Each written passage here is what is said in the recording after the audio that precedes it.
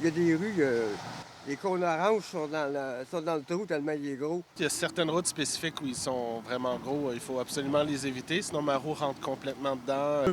Oui, il y en a. Puis il y en a qui sont assez volumineux, disons, creux, Ouais, hein? qu'il faut éviter. Voilà. Bon, Vous faites attention quand même. bah oui, sinon je serais pas là. Je vous en parlais il y a encore quelques mois, mais si les rues de Montréal sont en si mauvais état, c'est surtout à cause de l'inefficacité de la ville qui n'a pas de vision d'ensemble des besoins et des priorités d'après un rapport de la vérificatrice générale. Eh bien, 6 mois plus tard, les nids de poules, faut encore parler d'eux. Avec un redout de température, dès mercredi, on sait déjà que plusieurs nids de poules vont apparaître, mais c'est déjà le cas depuis plusieurs semaines, notamment sur les grandes artères montréalaises. Et il faut dire qu'éviter les nids de poules, c'est bien, mais ça a un prix. Le client qui est arrivé, là, il a pris un trou.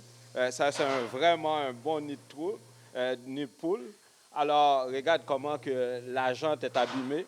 Puis le pneu aussi, il y a un trou dans le flanc du pneu, là. Des pneus qui vaut quand même 300 $. Et puis la jante, c'est une jante en métal là, qui vaut quand même 105 $.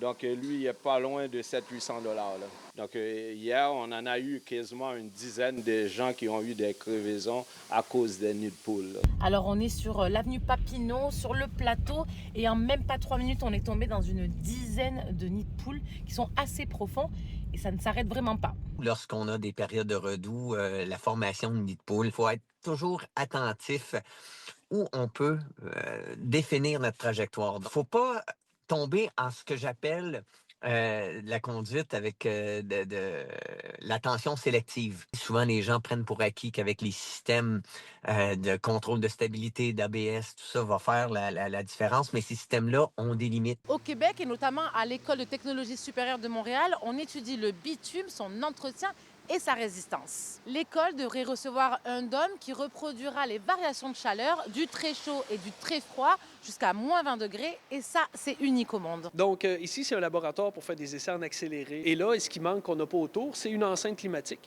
qui fait qu'on est capable de faire baisser la température de l'enrobé au moins à moins 20 et de faire monter à plus, peu importe, 50-60 sans problème.